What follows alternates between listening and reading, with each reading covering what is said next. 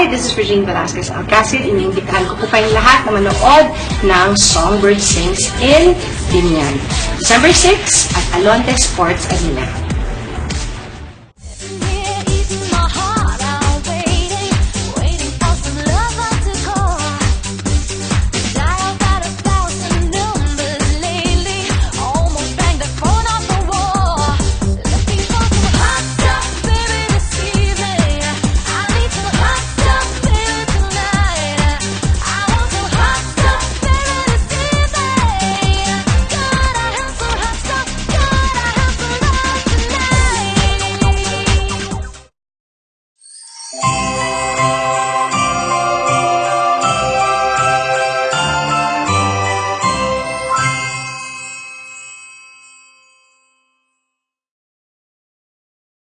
Magandang buhay, Pilipinas! Ito po si Kapitan Willie Castro ng Barangay Market Area, City of Santa Rosa, Laguna. Bumabati ng isang maligayang Pasko sa inyong lahat. Ugaliin po nating manood ng Serbisyo Balita live online. Ang programang ito ay rated SPG. Striktong patnubay at gabay ng magulang ang kailangan. Maaaring may masiselang tema, lengguwahe, karahasan, sexual, horror o droga na hindi angkop sa mga bata.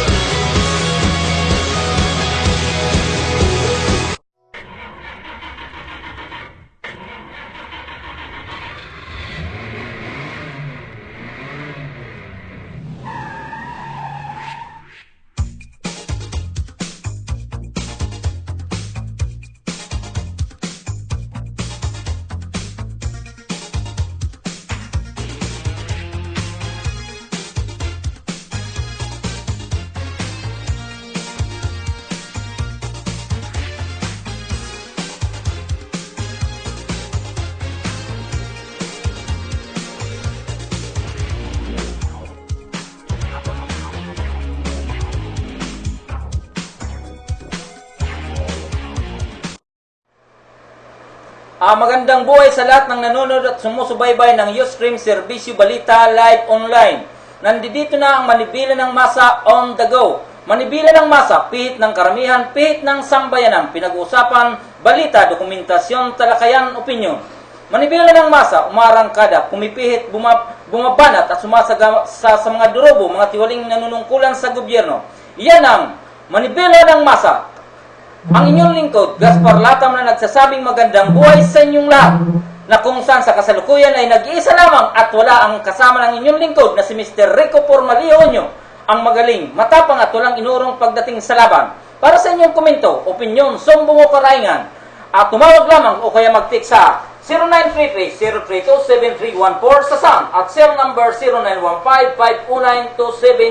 0915-509-2729 sa Globe naman, na kung saan ngayon ay pag-uusapan po natin ang mga pangunahing isyu sa nasyonal na kung saan nandito na po ang mga sumusunod na dapat nating pag-usapan sa kasalukuyan, na kung saan kailangan po magkaroon ng maunawaan ng ating sambayanan, lalong-lalo na po yung mga nasa barangay level, na kung saan ito po ang apektado ng bawat isyu na nagaganap sa ating bansa sa ngayon.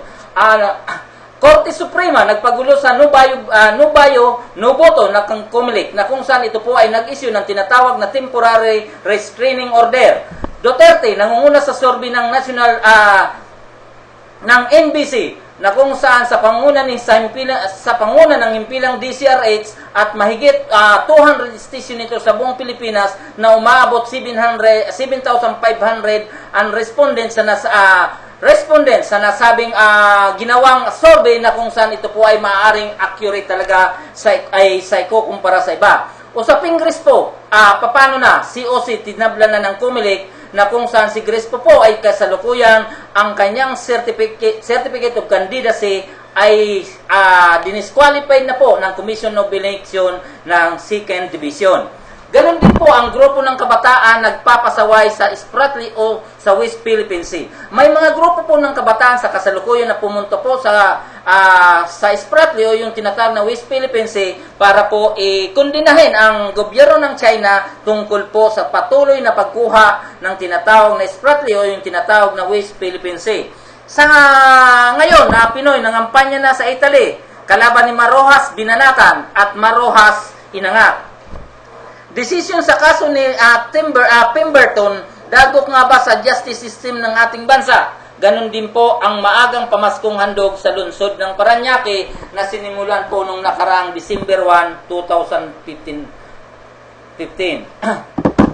Sa ngayon po, tuloy-tuloy ang ating programa na kung saan bago po tayo magpatuloy, siyempre tinatawagan po natin ang ating mga kasamahan dyan sa field, yung ating mga reporter. Kung gusto po kayo mag-report, bukas po ang ating programang Manibela ng Masa na kung saan po ito ay nasa ilalim ng Serbisyo Balita. Ganon din po ang aking kasama na si Mr. Rico Formaliho na kung saan po ay natatraffic daw po siya sa Metro Manila sa kasalukuyan dahil kung ating pong bibigyan pansin, halos 1 linggo na po ang heavy traffic na gaganap sa mga pangunahing kalsada yan po sa Metro Manila. Ganun din po yung mga secondary road na kung saan po ay kumakain na ng husto ng oras para po tuluyang mabala ang ating mga kababayan, lalo na po yung mga nasa tinatawag na businesses sektor na kung saan talagang naaabala na po ang negosyo sa Metro Manila, kasama na rin po ang karatig lugar. So, doon din po sa ating mga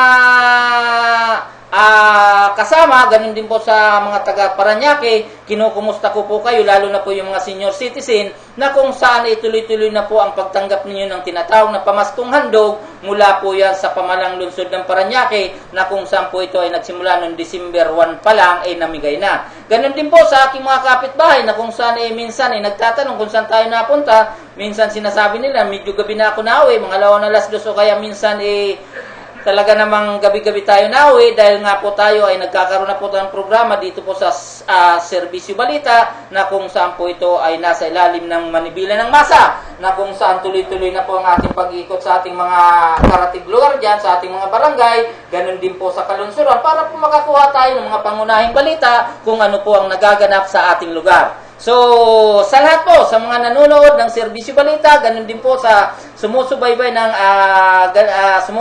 ng programang Manibela ng Masa, sa aking mga kaibigan, lalo na po yung ating mga classmate dyan, na minsan hindi ko na kukumusta, regards ko po kayo lagi, bagamat hindi ko nagbabanggitin ang mga pangalan nyo isa't isa.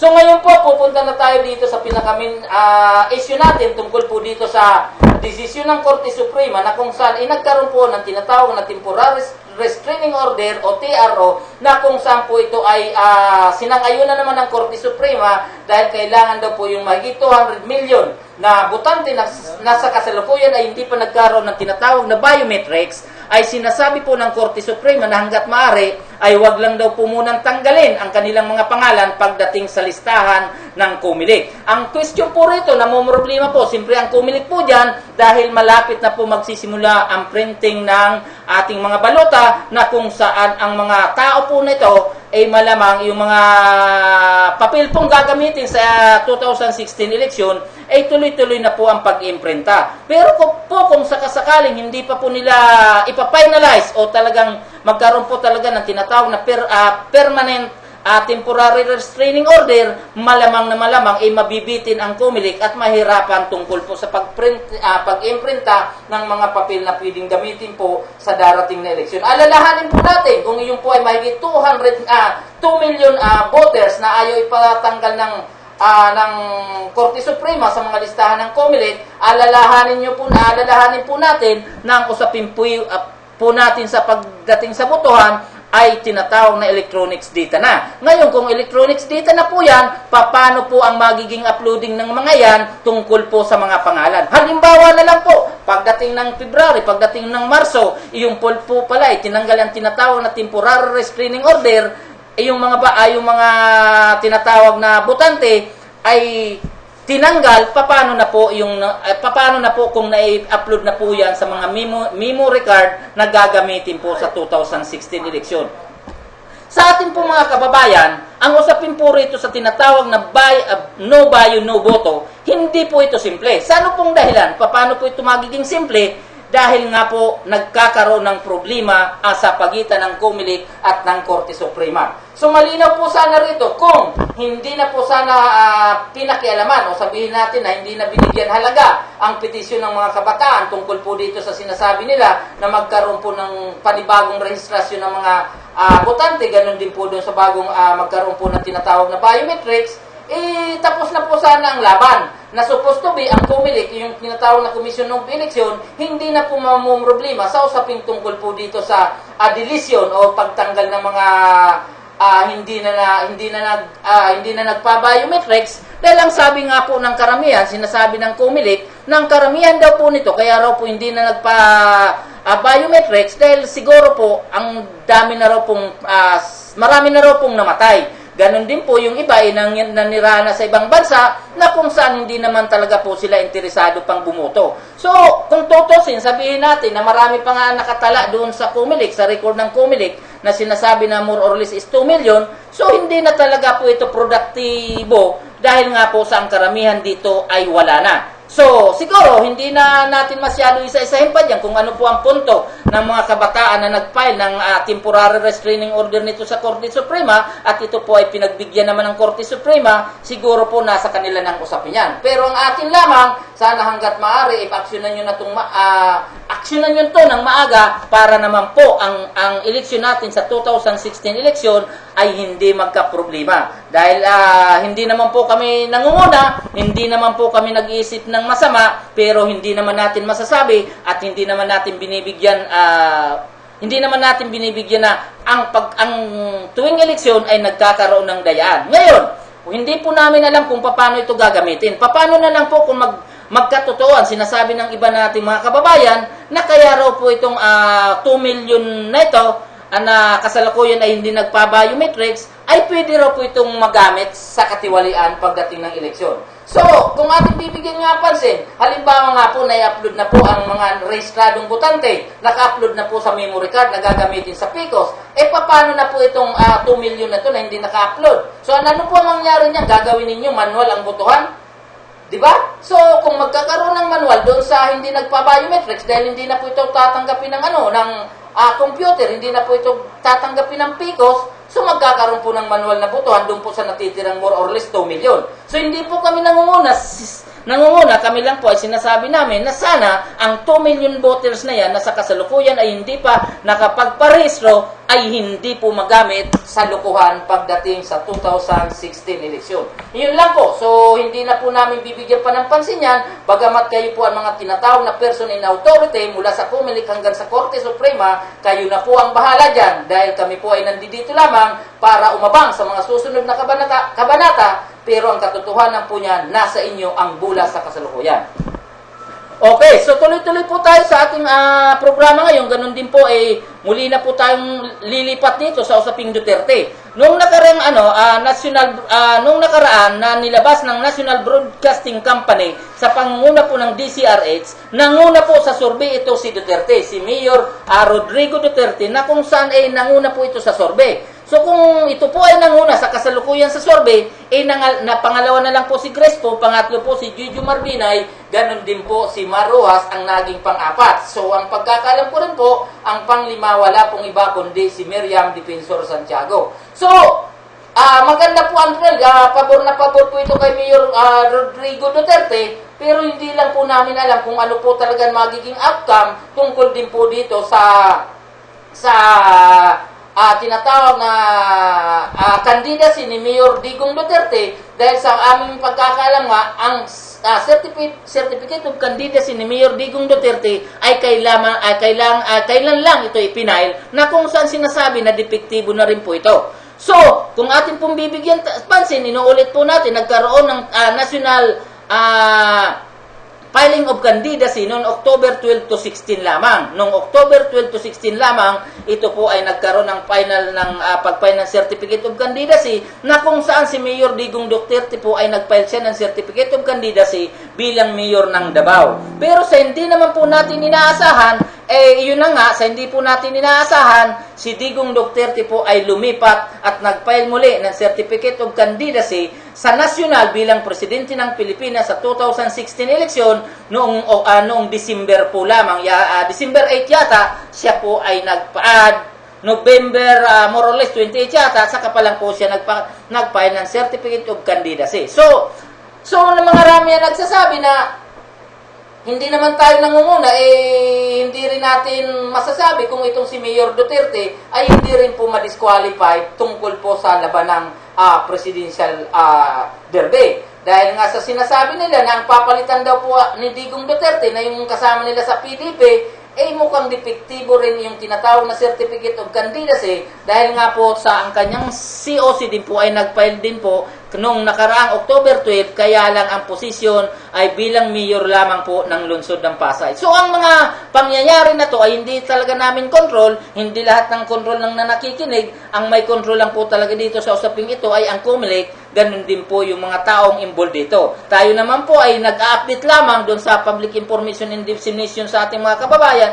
para kung sakasakali na magtanong tungkol dito, at least na-update naman nila. So, sa ngayon, si Digong Duterte ay nanguna sa survey ng National Broadcasting Company na kung saan nangalawan na lang si Grace po, ganun din po si Gigi Marbinay at saka si Maroas bilang pang-apat, at ang pang-lima naman ay si Miriam Defensor Santiago. Yung iba po na contender din bilang presidente at siya po ay kandidato rin, medyo naiwanan na ng konti. So sinasabi nga po na ito ay accurate po ito dahil ang circulation po nito ay medyo malaki at umabot po ng 7,500 respondents. So ito po ay survey pa lamang na kung saan yung nangunguna, simpre magandang palatandaan po ito. Doon sa mga nahuhuli naman ay kunting sipag, kunting galaw para po kayo ay makahabol. So, sinasabi rin po na ang nangunguna rin po sa Vice Presidente, wala pong iba kundi si Senator Chis Escudero, ganun din po ang pangalawa si Bongbong Marcos, at yung iba po, pangatlo, pang-apat ay ang aking mga kababayan na puro Bicolanos din. So, maganda rin po ang takbo ng mga ito dahil nga po sa pamamagitan ng survey, bagamat ang iba kapag nahuli ay hindi pinaniniwalaan ang survey, pero magandang palatandaan pa rin po ito na sana gumalaw-galaw na po kayo para umangat ang inyong survey. So, ganun lang po yun. Doon sa ating mga kababayan, huwag po kayo masyado mag-rely sa survey dahil malayo pa po ang eleksyon. So, ganun. Dito naman po tayo. Dadako na rin po tayo dito sa usaping tungkol kay Grace po, na kung saan ito po ang Certificate of Candidacy ni Grace po ay tinablan na po ng COMELEC. Si Grace po ay ano na po ang magiging takbo nito. Ang sinasabi po na yung COMELEC Second Division ay dinesisyonan po na maging ma-disqualified si Grace po bilang presidente ng Pilipinas sa 2016 eleksyon. Bagamat po ito ay hindi pa final, pero po ito po ay isa ng batayan. So, okay. Sa ngayon po gusto po muna natin bigyang pansin o i-greetings po natin ang mga kapitang sumusunod. Si Kapitan Baloy Dillon, former Dewey Katindig, ganun din po si Consial Danny Bangoy. Ganun din po si Consiala, ganun din po si Kapitan Bibi Dillon, si former Dewey Katindig at si Consial Danny Bangoy. Okay. So, binabati po namin kayo. Sana tuloy-tuloy na po ang ating serbisyo dyan po sa ating mga nasasakupan. Ganon din po dito si Consiana Danny Bangoy at Kapitan Baloy Bibi Dillon. So, kung saan po kayo, binabati po namin kayo. Na sana tuloy-tuloy po ang paglingkod ninyo dito sa bayan ng Santa Rosa na sinasabi na maganda naman po talaga ang inyong performance sa inyong mga nasasakupan at yung mga activities at saka yung mga proyekto dyan po sa inyong lugar. Tugma naman talaga diyan po sa pangangailangan ng bawat mamamayan diyan sa inyong lugar. So, ganun din po sa lahat ng sumusubay ng Serbisyo Balita dito sa Manibela ng Masa na kung saan po ay muli mamaya babalik tayo pagkatapos ng ilang paalala. Serbisyo Balita, asahan ng pamahalaan sa ating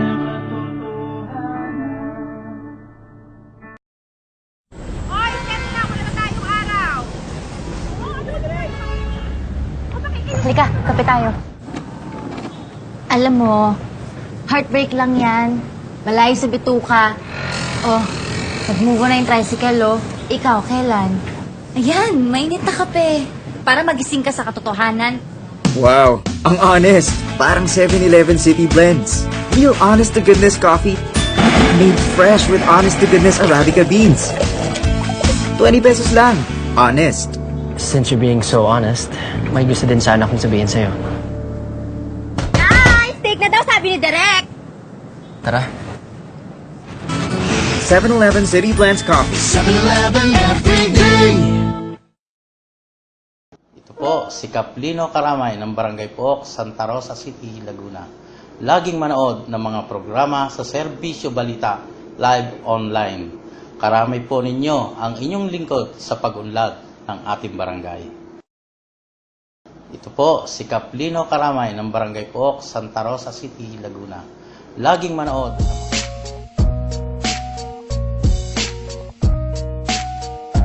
Sa Jed Realty, we take care of your housing needs. From low cost, affordable to high-end. Hassle-free on documentations and site visitation. Jed Realty, bringing you closer to your dream home.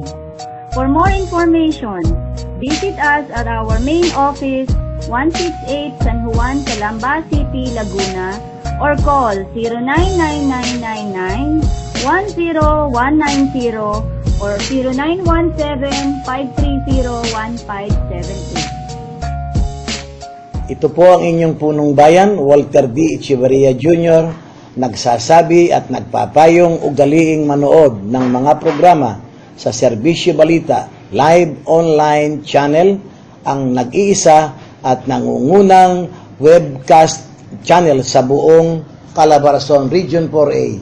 Mabuhay po at isang magandang buhay sa lahat. Okay, so muli pong magbabalik ang programa ng Manibela ng Masa na kung saan po tayo po ay live na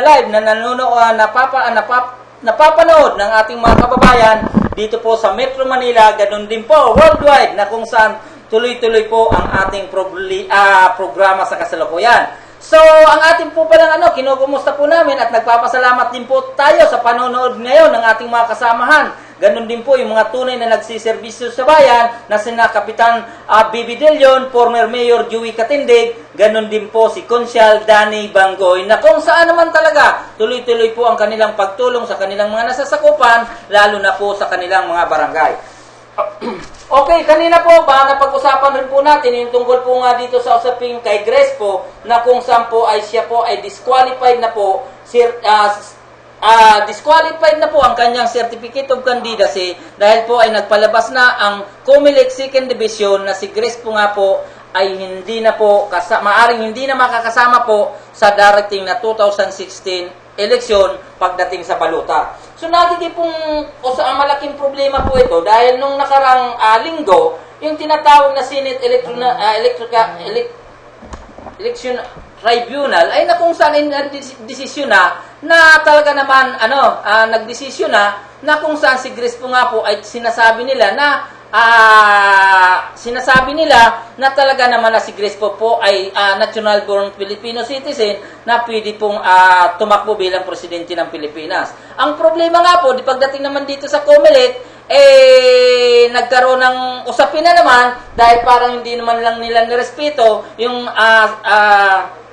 desisyon ng SET dahil nga po sa nagpalabas po ng panibagong desisyon ng COMELEC Second Division na si Grace po ay sinususpindi na bilang dinisqualified na po ang kanyang Certificate of Candidacy bilang kandidato sa 2016 eleksyon. So hanggat maaari po, kung inyo pong inyo pong mabibigyang pansin, ang kaso po ni Grace po ay hindi lang isa kundi 4. Siya po ay pinagtulong-tulungan ng ating mga kababayan na nagsasabi na si Grace po raw po ay hindi dapat at hindi karapat-dapat na tumakbo bilang presidente ng Pilipinas dahil sa usapin ng tinatawag na residency, ganun din po sa itong tinatawag na natural born Filipino citizen na kung saan pinalalabas na si Grace po ay hindi tunay na pinanganak o hindi natural born Filipino citizen dahil hindi po alam kung sino po talaga ang kanyang mga magulang. So ating maalala na si Grace po ay kinikilalang magulang,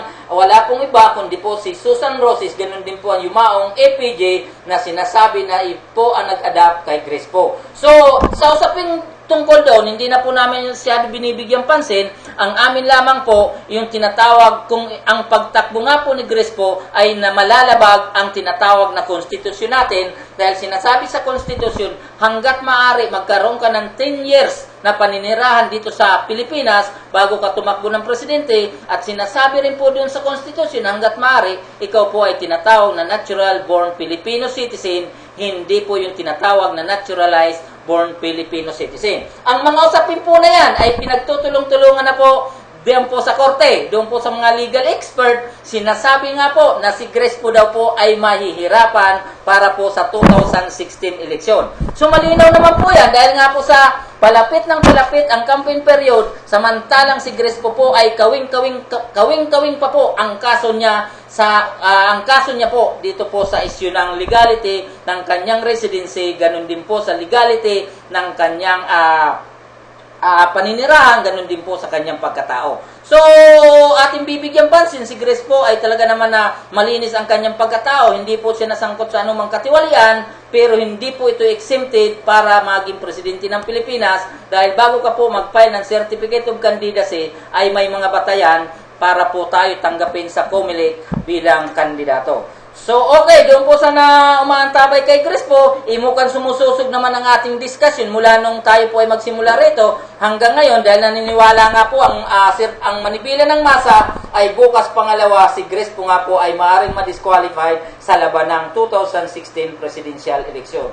Okay, so dito na po tayo sa grupo naman ng mga kabataan na kung saan ay pumunta po yata ng Spratly para po ipakita ng suporta nila sa gobyerno ng Pilipinas at ganoon din po tinatawag na kondinahin ang gobyerno ng China tungkol po dito sa ginagawa nilang reklamasyon sa kalawakan ng Spratly, na kung saan ang Spratly naman ay sinasabi na pag-aari ng Pilipinas at ng ibang bansa. Pero itong China bilang siga, talagang masasabi natin na nakauna po silang nakapwisto doon at sinasabi nga po na napakarami na pong sinasabi nilang marami na pong lugar doon na occupied na ng China. Ang mahirap pa po dito, ang gobyerno naman ng China, mukhang ayaw ng padaanin dito yung mga navigator, yung mga navigation na kung saan iba't ibang uri ng barko o yung mga dumadaan talaga dyan para sa navigation, gusto na nilang kontrolin ito. Ito yung magiging problema na kung saan hindi naman talaga sumasang-ayon ang gobyerno ng Amerika, ganun din po ang gobyerno ng Pilipinas. Sa katunayan nga po, tungkol sa usapin nito, ang Pilipinas po ay nag-file na sa International Tribunal para pag-usapan ang legality sa pagitan ng China, ganun din po ng Pilipinas sa pag-angkin po ng tinatawag na West Philippine Sea o ito pong Spratly na tinatawag din po sa tinatawag na China Sea. So, ang kasalukuyan po, wala naman kaming problema doon. Ang inaano lang po namin, itong kaligtasan ng mga kabataan. Alaman naman natin, ang Spratly po ay karagatan yan. So, ang tanong lang po dito, yung organizer po rito ng mga kabataan na ito na nagkukumahog na pumunta doon sa gitna ng karagatan para ipakita ang kanilang suporta sa Pilipinas, nasa inyo na lang po yan. Kung sakaling magkaroon po kayo ng problema doon, sana wala po tayo magkaroon ng sisihan dahil kayo po ay nagsarili, kayo po ay nagkaroon ng sariling kagustuhan na pumunta po kayo dyan sa Spratly. Sana, kung sakasakali man po na maging positive outcome nito, maging maganda, so kami po ay nagpapasalamat sa inyo. Kung sakasakali naman po na maging negative, sana wala pong sisihan dahil sinasabi nga po na ito ay ginawa nyo sa sarili ninyong kagustuhan. So, abangan po natin ang mga susunod na kabanata dahil kung sakasakaling may simula na to, palagay ko may isa, may pangalawa, may pangatlo, magpapapansin po dyan papunta sa Spratly. So, ganun lang po sa ating mga kababayan. Kung sakaling nagkakagulo na dyan sa ating mga kababayan dyan sa Spratly, pinapalis na nga yung barko ng Pilipinas dyan dahil sinasaway na ng gobyerno ng China, sasama pa itong mga kabataan, palagay ko dagdag papansin to. So, okay, so tuloy-tuloy po tayo ngayon. Nung nakaraan po pala, ang ating presidente, si Noynoy Aquino, ay pumunta po ito sa Italy, na kung saan po bumisita po siya sa lugar ng Italy para po siyempre kausapin ng ating mga kababayan, ng gobyerno ng Italy. Pero sinamantala na rin po ng ating Presidente Noynoy Aquino na siyempre magpapansin din doon dahil malapit na talagang eleksyon sa atin ngayong 2016, siyempre nag-ipon-ipon yung mga Pilipino doon sa Italy para kausapin ng ating buting presidente. Pero unfortunately naman, so sa atin lamang, sa medyo hindi expanded yung pananaw hinggil dito, sinasabi nila na parang sinamantala raw ni Pangulong Noynoy Aquino ang pangangampanya. So ang mahirap po dito ay mukhang tinuligsa yung kahinaan ng mga kalaban ng administrasyon, katulad nung kay Binay, katulad po ni Crespo, katulad po ni Duterte, katulad ni Patsirsier, ni FB, ni Miriam Defensor Santiago, mukhang pinaringgan ni Pinoy. Samantalang itong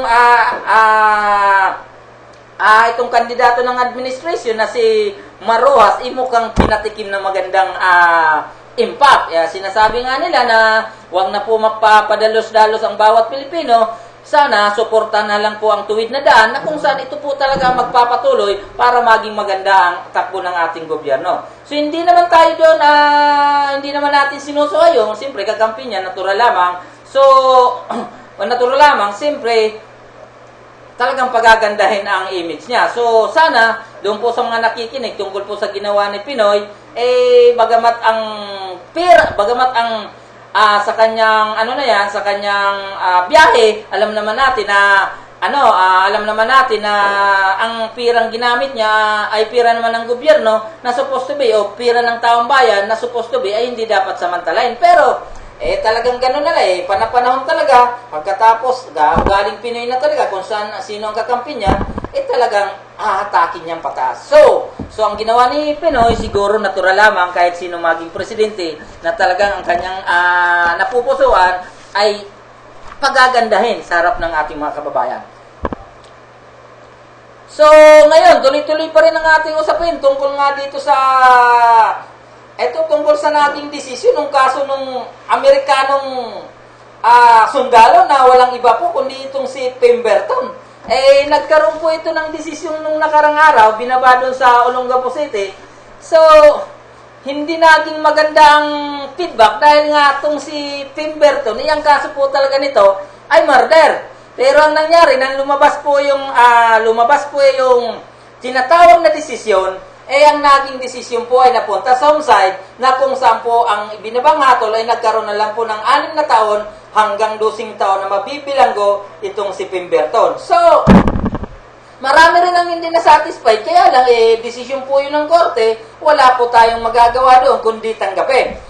O, di ba? So, yung pamilya ni Laude, ni Jennifer Laude, so hindi talaga sila satisfied. Ganun din po doon sa mga tumutulong sa pamilya Laude. Kaya lang, nangyari na nga po ang desisyon na ibaba na sa 6 na taon hanggang 12 taon. At ang usapin pa nga po rito, yung desisyon po ng judge na magaling na taga-Olongapo, ang desisyon po nito ay bibit-bitin si Pemberton papunta ng National Bilibid Prison. Pero unfortunately, hindi na ibaba si Pemberton para dalhin sa National Bilibid Prison dahil nga po sa questionabling visiting forces agreement. Na kung sinasabi daw po na dapat kung ang isang Amerikanong kano ay madesisyonan o sabihin natin makonvict o masintensyahan, dapat daw po ito ay nasa ilalim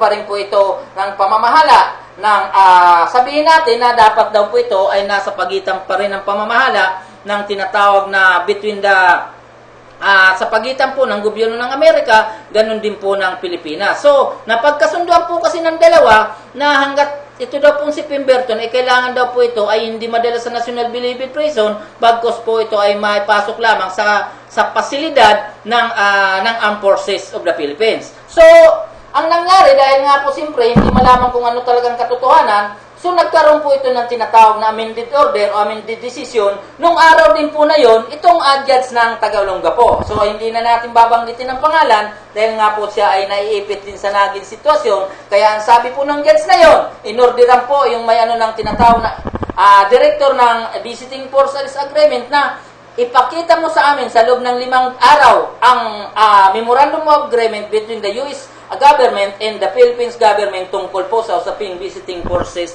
Agreement. So, ngayon, magkakaroon po ulit tayo ng isang patalastas at muli po tayong babalik maya-maya lamang ang Manibela ng Masa on the Go. Balita, asahan na naman sa ating katotohanan.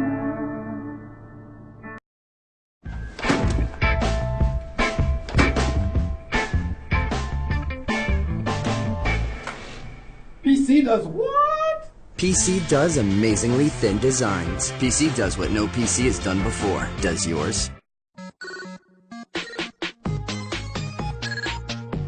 Bring home the classics.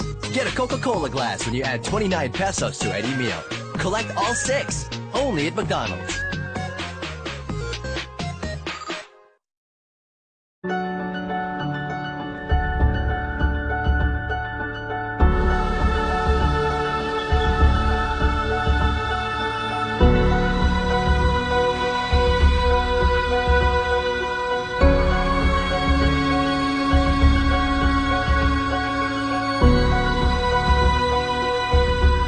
Choose the card with deals and features that help keep you fit.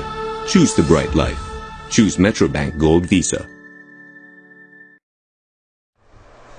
Okay, muli pong magbabalik ang programa ng Manibela ng Masa na kung saan ito po ay nasa ilalim ng Serbisyo Balita Live Online na kung saan po ito ay makikita sa Ustream TV. So, ngayon tuloy-tuloy na po tayo sa ating mga usapin tungkol pa rin po dito sa tuloy-tuloy na usapin tungkol po dito sa sentensyado na si Pemberton. So ito pong si Maren Private First Class Joseph Scott Pemberton mananatili sa Campo Crame kahit ito ay natulan na sa pagkakakulong na 6 hanggang 12 taon. Ito ang hatol kahapon nung isang araw na pinalabas po ni Judge Rollins Hennis Habalde. So, ang nangyari nga po sa ngayon, sa kasalukuyan December 4, sa kasalukuyan po si Pemberton ay naka-detain po sa Campo Aguinaldo na kung saan po ito ay nababantayan po ng taga Bureau of Correction of Bucor. Ang Bucor po, ito po ang mga personal authority na kasalukuyan po ay nagbabantay talaga kay Pemberton. So ito pong ibang mga miyembro ng sabihin natin na miyembro ng Armed Forces, sila po ay secondary na lang at saka po yung kampo rin po ng mga Amerikano, yung sundalong Amerikano na tumitingin kay Pemberton ay nasa ano na lang po yan.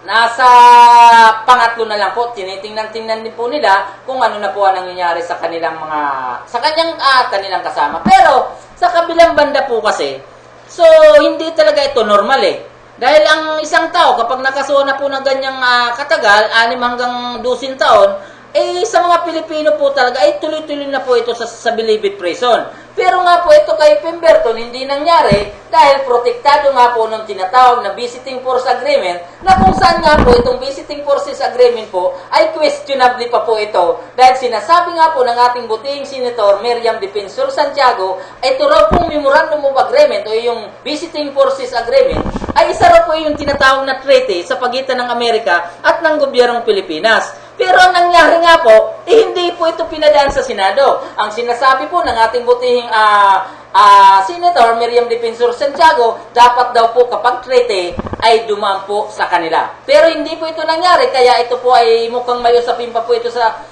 Korte Suprema na kine-question po nila ang tinatawag na Visiting Force Agreement o yung tinatawag na libreng pagpasok ng mga Amerikanong sundalong Amerikano dito sa Pilipinas at pakikipagtulungan ng gobyernong Pilipinas dito po sa Visiting Force Agreement. So maganda po, maganda. Kaya lang, yung pangyayari naman po dito kay Laude at sa kay Lance Pemberton, so yun po ay nangyari naman sa labas ng kaya lang nadisgrasya nga po si Jennifer Laude na kung saan ito po ay namatay. So, nung namatay si Laude, sinasabi nga po na bagamat nahatulan na to napatunayan na si Pemberton po ito ay napatay ni Pemberton sa pamamagitan lang po ng tinatawag at bumaba po sa sentensyang homicide dahil parang napatay niya ito sa hindi niya inaasahang pangyari dahil nga po siya daw ay ituturing natin na nabigla dahil sa katayuan ni Jennifer Laude na inasahan na isang babae. Pero unfortunately, ito po si Jennifer Laude ay isa rin pong lalaki. So, wala na po kaming usapin doon. Ang inaano lang po naman yung naging desisyon ni Pemberton sa kauna-unahan na nakulong po kulong po dito sa Campo Aguinaldo itong sundalong Kano na kung saan malaking bagay na rin po ito para sa atin dahil yung tinatawag na pride ng Pilipino, tuloy-tuloy pa rin ay pinaglalaban ang karapatan ng ating mga kababayan. So, sa kampo po ni Pemberton, sa kampo po ni Jennifer Laude, doon sa mga naiwan, katulad nila Turner Roque, at saka iba pang mga tumulong, siguro isang tagumpay na rin po ito sa usaping hustisya dito sa ating bansa. Hindi po natin masasabi na questionably po ito, kahinaan po ng ating justice system, talaga naman ganun. Kung may turong ka lang tinatawag na visiting force agreement tungkol dyan, wala po tayong magagawa kundi rebisahin ang visiting force agreement na yan ng MUA para hindi na po maulit ang pangyayari na yan. Siguro ganun po ang magiging usapin dyan. Sige po, tuloy-tuloy na po tayo sa ating mga programa na kung saan nga po yung ating kasama na si Mr. Rico Formalejo, talaga naman pilit sana makarating, kaya lang kaninang umaga, pumunta po siya sa Pangasinan. Sinasabi niya nga po sa akin na talagang pupunta po siya dito kahit anong mangyari, basta po matuloy lamang ang ating programa. Ang inyong lingkod nga rin po alam niyo naman, may lakad pa rin po tayo, pero pinagsikapan din po natin na makarating dito para yung pong nanonood sa atin tuwing Sabado, hindi naman mabitin yung mananonood, so hindi naman sila mabitin para naman, alam mo naman, yung may nagsusubaybay na sa akin, tapos bigla tayong nawawala, nawawalan din ng gana. So, siguro po, doon sa ating mga kababayan, huwag po kayo mag-alala, tuloy-tuloy po ang ating programa. Okay, dito naman po tayo sa usapin namang hindi naman lingid sa ating kalawang partner, pampastong Pasko na partner, December 5 na Pero itong pamalang lungsod ng Parañaque, partner, hindi naman talaga nagpahuli. December 1st pa lang, partner, namigay na ito ng tinatawag na pamaskong handog sa mga senior citizen. So, yung mga senior citizen naman natin talaga, sa bawat barangay napakarami. So, ang ginawa po ng pamalang lungsod ng Parañaque sa panguna ni Mayor Edwin Olivares, nagbigay po sila ng konting, siyempre, groceries. Of course, may konting financial support naman talaga doon sa ating mga senior citizen. Ang maganda pa rito, partner, talagang in-schedule yung pagpunta ng ating mga senior citizen sa mga bawat barangay, doon sa mga multipurpose, doon na lang sila nagtitipon-tipon at doon na lang ibinigay yung mga pamaskong handog para hindi na sila masyado na mapapagod dahil siyempre may mga edad na yan. Halimbawa 60 to 80 na mga bracket ng mga edad na yan. Kung papagurin pa natin ang husto at isasabay pa doon sa karamihan, sabihin natin na isama na doon sa mga malalakas, baka mahihirapan talaga. So napakaganda ang ginawa ni Mayor Edwin Olivares at ang grupo nito dahil nga po sa yung mga ating mga kababayan, talaga naman pinauna na sila. Pagkakalam ko po, ang Parañaque po ay binubuo po ito ng 16 barangay na kung saan ito po ay ang sa distrito, ito po ay Dungalo, Santo Niño, ganun din po La Huerta, San Dionisio, ganun po San Isidro, Baclaran, Vitales at Tambo. Ito po ang distrito unang binigyan ni Mayor Edwin Olivares ng mga pamaskong handog yung mga senior citizen. So pagkatapos po sa pagkakalam ko ngayong sunod na linggo ay magsisimula na rin po sila sa distrito mula po sa Barangay Monwok, Merbel, ganun din po dito sa Don Bosco, sa Vitales, ganun din sa San Martin de Porres, doon po ganun din sa San Antonio na kung saan medyo marami rin, ganun din po yung BFs. Lahat pong senior citizen hindi po nila pinipili, lahat ng senior citizen talaga namang kasama sa tinatawag na pamaskong handog ng pamahalaang lungsod ng Parañaque. So napakaganda naman talaga. So, ganun din, sa ating mga karatig lugar naman dyan. So, yung hindi marunong magpahalaga sa mga senior citizen, ay sana naman, kung hindi pa po kayo nakapagawa ng ordinansa para matulungan ng ating mga magulang, itong ating mga lolo't lula, bigyan nyo na po ito ng pansin dahil hindi naman lingid sa inyong kalaman na ang mga senior citizen naman talaga, napakalaki ang mga naiambag niya sa atin sa paglago ng ating komunidad, ng ating bansa. Kung hindi naman sa tulong nila, ipalagay ko hindi naman ganyan basta-basta lalago ang ating ekonomiya, bagamat marami pa rin naghihirap, pero mas maganda na po yung marunong lumingon sa pinanggalingan para makarating sa paruruna. Ngayon, galing naman tayo sa ating mga kabataan, bukas pa ng alaway, matatanda na rin tayo, sana tumulong na lang po tayo para naman hindi naman nakakaawa tingnan ang ating mga senior citizen. Ganon din po, pinapabati ng ating kasama pala na si Mr.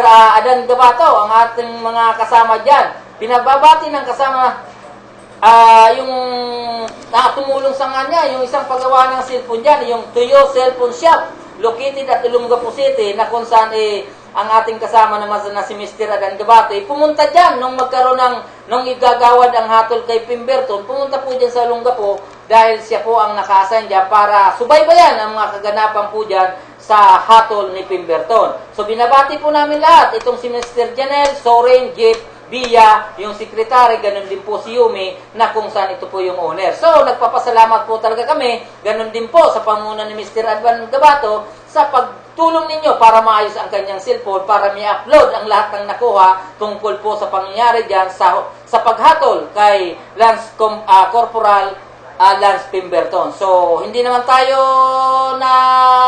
nabigo, naging maganda naman na outcome tungkol nga po sa coverage ni Mr. Adan Gabato dyan po sa hatol ni Pemberton. Okay, so dadako po tayo doon sa usaping Pasko. Pinapalalahanan po pala natin, alam nyo naman pag Pasko hindi naman natin minamasama ng ating mga kababayan gustong kumita. So dumarami po ang mga nagtitinda sa sidewalks. Kaya lang unfortunately naman, magdadalawang linggo na, lalo na kahapon Friday, halos maghapon na lang po kami nasa kalsada. Halos hindi na po gumagalaw. Ang mga pangunahing kalsada sa Metro Manila, palagi ng talagang punong-puno ng mga sasakyan, di ba? So, paano pa tayo lalago niya kung ang mga katulad ng EDSA, Rojas Boulevard, Macapagal Avenue, ito pong tinatawag na Mia Road, Airport Road, halos, ito pong South Expressway, yung baba, halos hindi na po umuusad yung mga sasakyan. So, ganun din po, dadagdagan pa ng ating mga sidewalk vendors doon sa secondary road, katulad na po ng lugar ng Pasay, habi natin ng Makati, ganun din po dito sa Quezon City, sa Mandaluyong, sa Manila. Nako, kung pumunta po kayo sa mga lugar na yan, kung makikita nyo po, Diyos ko pong mabagin, napakarami na po ang mga sidewalk vendors. So, isa na po yan sa dahilan para ang traffic natin talagang sobra-sobra na. So, hindi po namin kayo mamasamahin, kaya lang sana yung bawat pamahalaan naman ng lungsod, mag-isip po kayo kung paano po kayo makakatulong dyan sa mga vendors na yan. Ganun din po para paano nyo maiwasan na hindi magbara-bara ang mga kalsada dahil nga po sa parating na Pasko. So, sa bagay, hindi na bago ang usapin na yan dahil nung pa naman palaging ganun talaga nangyayari. Pero hanggat maaari, maiwasan na yan dahil dati nga ginagamit lang natin telepono, ngayon nagkaroon na ng cellphone, nagkaroon na ng Skype, lahat-lahat, nagkaroon ng computer, pero yung traffic natin dyan sa Metro Manila, palala ng palala. So hindi po angkop yung ginagawang pamamaraan siguro ng Metro Manila Development Authority. So hanggat maaari po sakluluhan na po natin ang ating mga kababayan na talagang naabala na pagdating po sa usapin trapiko. So ganun lang po siguro. So kailangan po talaga na hindi po tayo magpapabaya dahil talagang ganun ang labanan. So, kung tayo magpapaiwan, hindi tayo makikipagsabayan, may iwanan po tayo pagdating sa laban. Oo. So, ganun din po, dun sa ating, yung tungkol nga po pala dito sa usapin Enzo Isley Otak, Tiklo. Nako, so ito pong pumatay dun sa magaling na racer, yung talagang natiklo na po yung otak sa pagpapatay dun kay Enzo. Sa atin naman mga kasama, lalo na po doon sa mga magsisigawa ng Christmas party, ganun din po doon sa may mga piyestahan, na ginagawa pa pala doon ang mga piyestahan, ginagawa pa yung stage nila, nandoon pa sa gitna ng kalsada. Diyos ko po naman mabagin, hanggat maaari, gumawa na po kayo ng mga barangay ordinance, na bawal na magkaroon ng event sa gitna ng kalsada, dahil sabihin natin na kapiestahan naman yan, hindi ko naman po kayo inaano. Kaya ng kapiestahan nga yan, magbibigay po tayo ng kasiyahan sa ating kabarangay, sa ating komunidad. Pero po naman yung mga naabala, talagang nagmumura po sa kalsada. Nagmumura po sila, yung mga nasa loob ng kotse, dahil ang haba po, sabihin natin na mula Santa Rosa hanggang Binya ng traffic, hindi gumagalaw. Nung kagabi nga, medyo na traffic yung lingkod, akala ko kung ano nangyari. Yung po pala ay may piyesta doon sa aming sa Karatig Barangay. Diyos ko po naman mabagin. So, talagang ganon. So, bahagi pa rin po yan ang problema ng ating komunidad na kung saan ang ating barangay naman ay dapat galaw-galaw po kayo na obligahin ninyo po ang inyong trabaho. Hindi na po yung pamumulitikal lagi ang nasa isip nyo na kapag sinitan nyo yung mga kabarangay, baka hindi na po kayo iboto sa susunod na eleksyon. Wala namang ganyanan. Dapat ilagay nyo sa tama yung hindi yung puro politika na lang kahit ano na kayo sa tao, nakaka-disclose na kayo sa tao.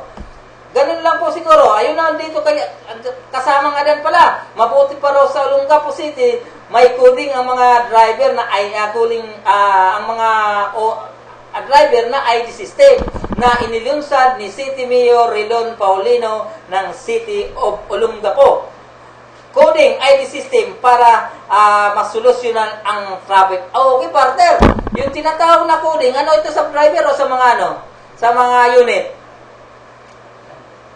Ganun ba? Ibig sabihin, mukhang mahirap dito, partner, sa Metro Manila dahil alam nyo naman dito sa Metro Manila, maraming company dyan na talagang yung tinatawag na door-to-door Di ba? Paano yung mga delivery? Siguro, baka may kahirapan, hindi naman siguro masama kung sakaling sabihin natin na pag-isipan na dahil nga baka ito na yung solusyon ng mga sobrang traffic dyan sa Metro Manila, sa lugar natin dahil talagang hindi na tayo makagalaw-galaw. Diyos ko pong mabagin.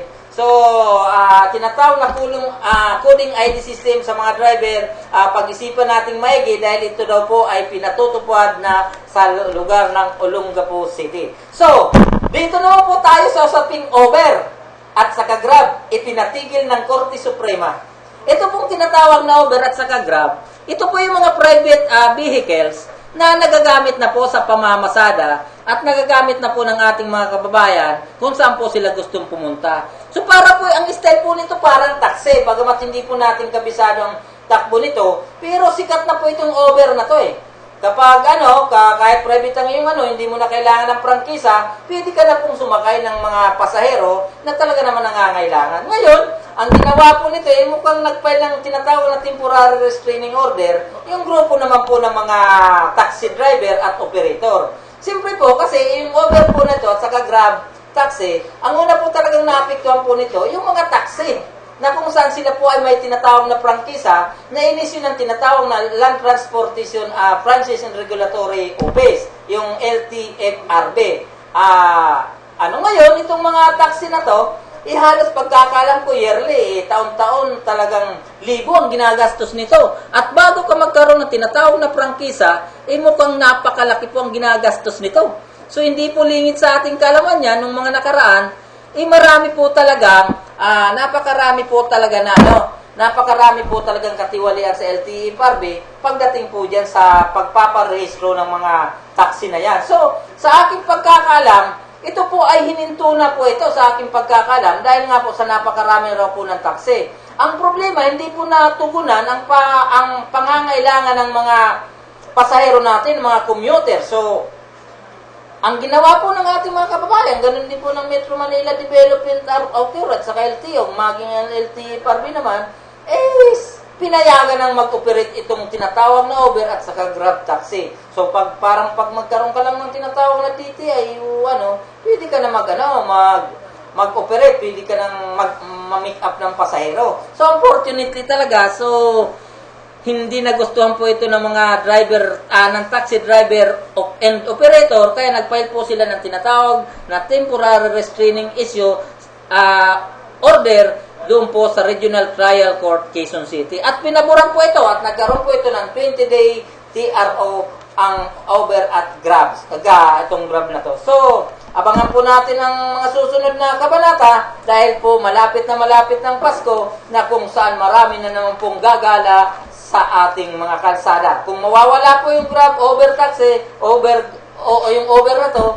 so ano na naman ang gagawin ng Metro Manila Development Authority. So sa ating mga kababayan dyan, ang ating oras po ay malapit na po umabot ng alas 8:45 ng gabi. So malapit na po matapos ang ating programa. Kaya Doon po sa nagkaano ngayon ng piyesta. Binabati po namin kayo ng happy piyesta. Ganon din po sa ating mga kasama dyan. Binabati po namin kayo. Sana wag po kayong magsawang manood dito po sa programa ng Manibila ng Masa sa ilalim ng Serbisyo Balita Live Online. Ganon din po ang ating kasama pala na nasa Cavite na. Palagi ko naman pong namimiss ang tao na yan, kaya lang naging suplado na. Mukhang ayaw na tayong pansinin kung saan na napunta, pero pagkakalam ko nanonood pa yan sa atin paminsan-minsan. Pero sabi nga ng ating kasama ditong isa, kapag hindi ka huminto at hindi ka magparamdam, sabi niya, ibablock ka na raw sa FB niya. Nako, paano nang pinagsamahan yun yan kapag binaka sa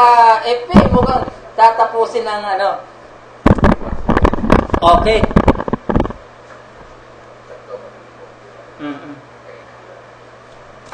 Sige po, tuloy-tuloy po tayo sa ating mga programa ngayon. So, doon po sa ating mga ano naman dito sa Pasay, yung usaping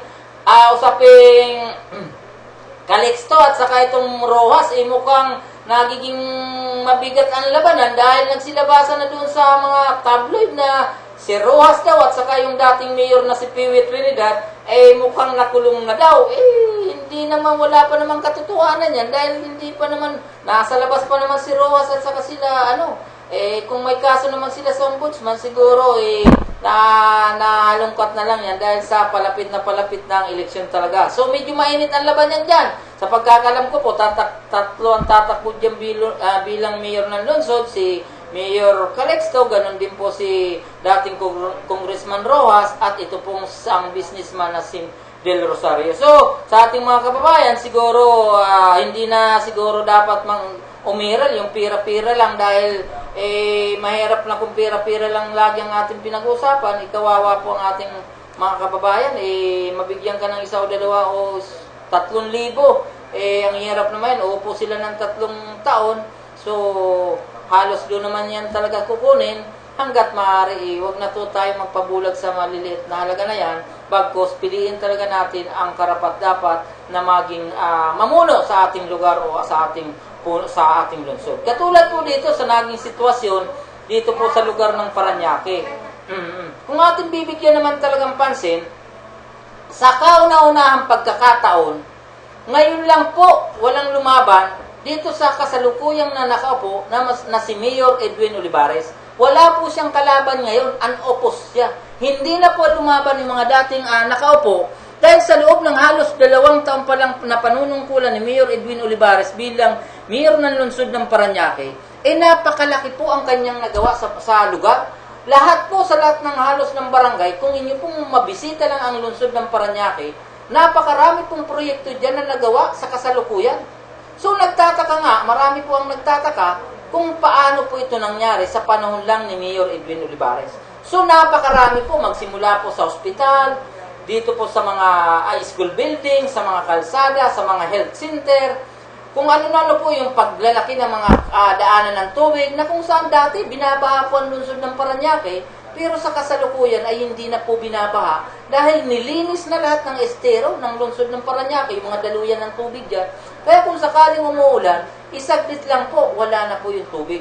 So, yun po ang talagang tunay na dahilan yan. Yung tunay na serbisyo na pinagkaloob ng butihing Mayor Edwin Olivares, kaya wala po siyang kalaban ngayon. Hindi ko na po babanggitin. Ang mga politiko po dyan sa lungsod ng Parañaque, mga bigati naman dyan Nandyan na po yung dati, yung sa kasalukuyan. So, hindi po basta-basta mga politiko rin ng lungsod ng Parañaque. Pero dahil nga po sa magandang performance nitong si Mayor Edwin Olivares at ng kanyang kapatid na si Eric Olivares bilang congressman ng unang distrito ng lungsod, talagang nagkaroon po siya ng combined service. Nagkaroon po sila ng talang pagtutulungan, kaya yung mga proyekto sa Office of the Congressman at ang proyekto mula sa nasyonal at saka yung proyekto mula sa lokal, talagang pinagsama. Nung pinagsama nila, na halos talaga namang walang korupsyon na nagaganap. Talagang serbisyo lang talagang ginawa ng magkapatid na Edwin at Eric Olivares, kaya po hindi sila nagkaroon ng kalaban sa darating na 2000 eleksyon. So, doon po sa mga taga-Parañaque, mga Parañaque nyo, so talagang umahanga po tayo dito sa performance ng butihing Mayor Edwin Olivares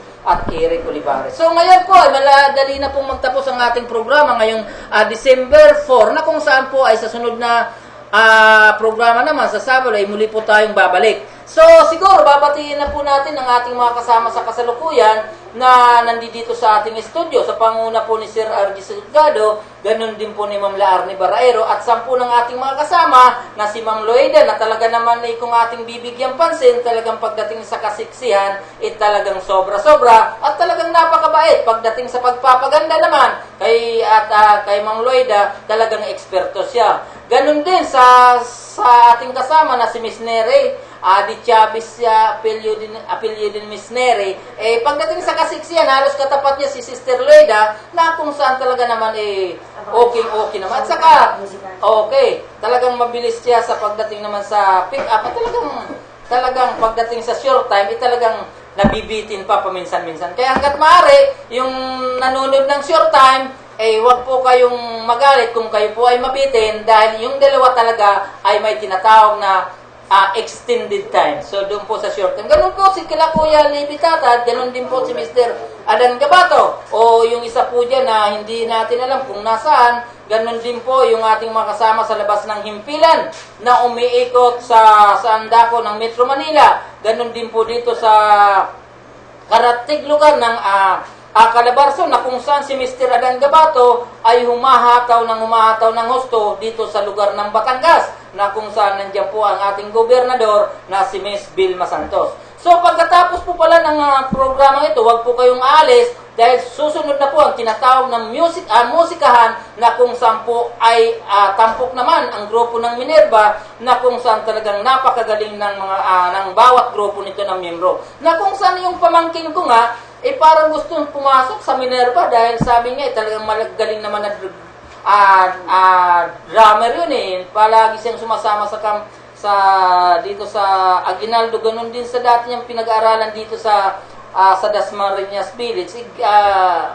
Ano naman siya, sabihin natin na miyembro naman talaga siya ng band, but unfortunately, talagang ganun ang mga kabataan, medyo malikot ang pag-iisip, palipat-lipat ng school hanggang sa naaabala ng konti. So, doon po sa ating mga kababayan, lalo na po ang aking mga kakabarangay dyan sa aming lugar sa Parañaque, ay binabati ko po kayo dito sa programa ng Manibela ng Masa. Ganon din po sa aking mga classmate na palagi kong nakakachat sa FB.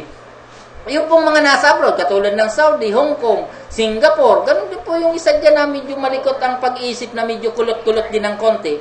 Palaging nagpaparinig. Alam ko naman, nasa Switzerland ka. Wala naman kaming dollars. Alam mo naman, hindi naman kami Yung isa naman nakaklasmate ko na, nandyan lang naman sa Mandaluyong Mukhang nagpapapansin. Ayaw naman kitang pansinin dahil hindi mo ako pinansin nung nakaraang reunion natin. Anak ng tipak lang naman Nakita mo lang ako Tumago ka na. Ano ba naman? Kaya hindi ko na kayo binabangit isa-isa dahil alam ko naman magkakaklasmate naman tayo. Malalim naman natin pinagsasamahan. So, binabati ko naman kayo. Ganun din po sa aking mga kamag-anak, sa aking pinanggalahingan dyan sa partido. Palagi nyo naman akong nakikita sa FB, dyan po sa programa ng Serbisyo Balita. Kinukumusta ko na lang po kayo, bagamat ang alam nyo naman ako medyo matagal-tagal na rin dito sa Metro Manila. Natawa kayo ng konti sa aking Bicol, talagang gano'n, nahawaan na rin po tayo ng mga Manilinyo daw sila, lalo na yung taga San Pedro, anak ng patingo pag mag-discourage, nag-text pa ng dapat daw. Manibela ng Masang tao. Ina-adjust ko naman na aking sarili. Kaya alam mo naman tayo, talagang Bicolano tayo. Pero, wag po kayo mag-alala dahil bukas pangalawa, gaganda na po ang aking pronunciation at palagay ko bukas lalo na pagwapo na lang ng pagwapo. So, doon pa sa aking mga kabayan, binabati ko po kayo ng maganda. Maray na banggi po sa Indoga Boss. Ganon din po sa aking mga kapatid dyan na nakikinig at saka lalo palagi naman po kayong nakasubaybay sa Serbisyo Balita sa aking programa. Binabati ko na lang po kayo bagamat nung nakarang Pistang Patay, hindi pa ko nakarating dahil medyo busy nga, pero ngayong Pasko pagsisikapan po namin na makarating dahil pinaplano na po namin na kami po ay magmumotorcade papunta po dyan sa partido ila. Doon po sa lahat ng nakikinig at sumusubaybay ng Serbisyo Balita Live Online site, ganon din po dito sa Manibela ng Masa on the Go, binabati po kayo ng advance happy Merry Christmas and Happy New Year sa inyong lahat. Thank you po.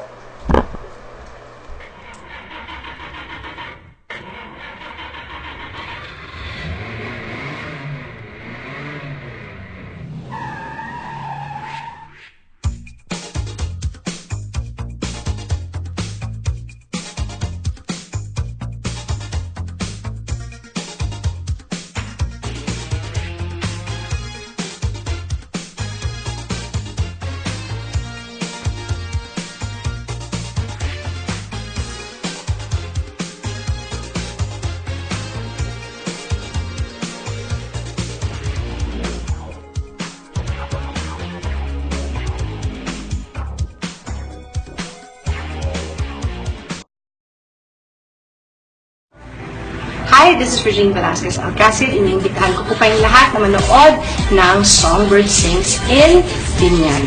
December 6 at Alonte Sports Arena.